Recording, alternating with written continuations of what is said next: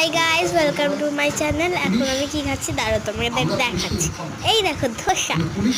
আজকে আমাদের বাড়িতে ধোসা হচ্ছে। এই যে নিলাম, আলুটা নিলাম, এবার খাবো। এই দেখো বলে দিলাম। আর যারা ধোসা লাভার আছে তারা নিচে কমেন্টে জানাবে। উই খাচ্ছি যারা এই দেখো আমি এখন আমার খাওয়া হয়ে গেছে।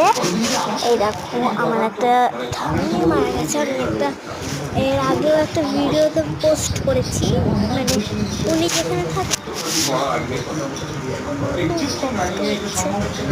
তিনি মারা গেলেন, তাই